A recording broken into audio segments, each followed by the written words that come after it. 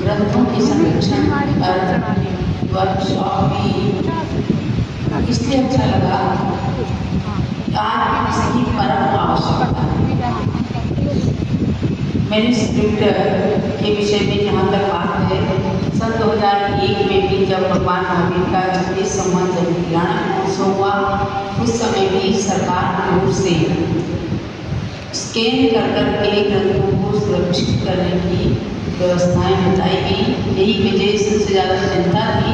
जब आजकल ताड़ पत्र पर व्रत नहीं लिखे जाते, अब हैंडमेड पेपर चलिए आज बात आई तो उसके लिए प्रयास किया जाए, लेकिन जिन ग्रंथों को खाली कागज पर लिखा जा चुका है, अब 10-5 साल के अंदर जब वो उन ग्रंथों को उठाते तो उनको पन्ने टूटने लगते।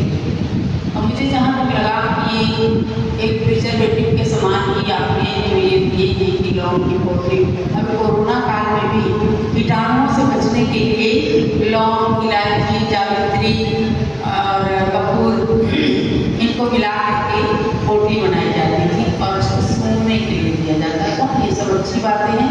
आज के समय में तो मुझे लगता है कि अगर स्कैन करके हार्ड डिस्क भी बना ली जाए तो भी, क्योंकि अब आधुनिक से अत्याधुनिक तरीका भी आ रहा है। और ये जो टिश्यू पेपर, क्योंकि जो प्लास्टिक वाले पेपर में रखते हैं तो वे चिपक जाते हैं, जो साक्षात में अनुभव किया, तो स्कैन करके कंप्यूटर के अंदर हार्ड डिस्क बना करके और उनकी प्रिंट निकाल करके और उनके एल्बम बना करके बहुत अच्छी तरह से रखा जा सकता है। मैं संजीव से यही कहूँगी कि ऐसी अपनी जो लाइब्रेरी, मैं तो देखो अपनी ज्ञान की माता की बातों को कह सकती हूँ कि उन्होंने जो साहित्य लिखा है, पहले क्या हम लोग इतना भी नहीं जानते थे, माता जी के लिखे हुए पन्ने ही प्रेस में भेज देते थे, फोटो कॉपी नहीं होती थी, कुछ टाइप करा लिया तो करा लिया, तो लिखे हुए तमाम इंद्रगत विधान, नियम सार, बाद में वो जो जीर्ण शीर्ण होकर के पेपर आते थे उनको हमने बस्तों में बांध करके रखा।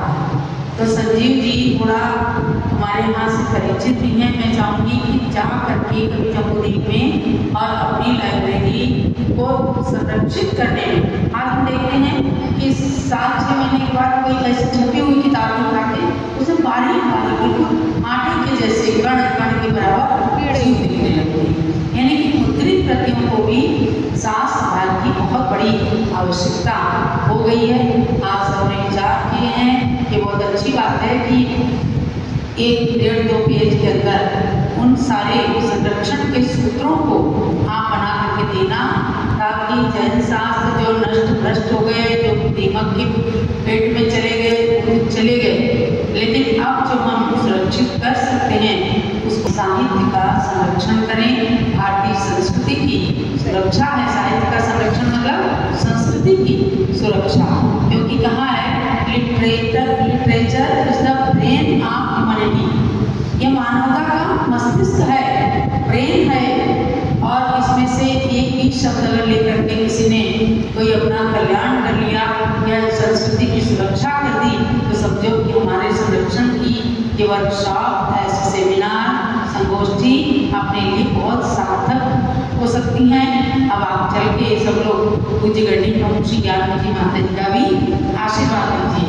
वह अस्वस्थता के कारण आपके समीप नहीं आ सकी, वरना तो वो आशीर्वाद दे करके और आप सब लोगों को भी नई पुरानी तमाम बातों से परिचित कराती। कोई बात नहीं, अब उनके पास चल करके हम सभी पूज्य माता जी का आशीर्वाद लेंगे और तो वो पहचानेंगे हमारी ये नई प्रतिभाएं ग्रंथों के संरक्षण के लिए आगे आई।